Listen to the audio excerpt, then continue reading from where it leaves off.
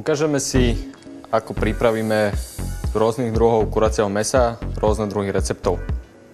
Takže z kuracích prst najlepšie si pripravíme klasický steak alebo taký rezeň na prírodno.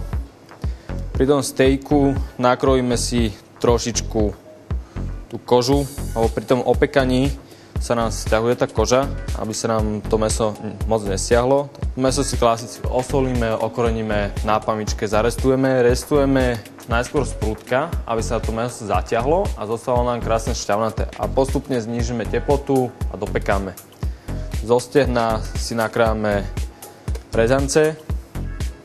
Z tých rezancov zarestujeme si na oleji, sol, korenie, pripravíme si sote alebo kung pao. Kung pao pripravujeme tým spôsobom, zarestujeme podľa mňa trošku vývaru, trošku sojové omáčky, worcesteru, dáme tam zeleninku na drobno nakrájanú, prehodíme, trošku povaríme a máme hotové kung pao.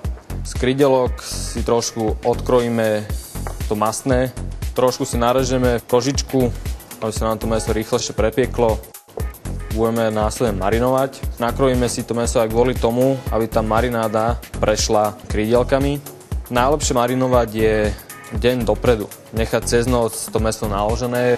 My sme si už zarobili dopredu marinádu, kde máme olej, trošku medu, sol, korenie, kečup a trošku worcesteru.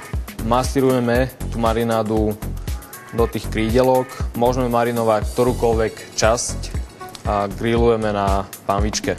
Alebo už keď ideme do tej prírody, tak grillujeme na rožni. A dáme si buď do truby rozpálenej, alebo do konvektomatu.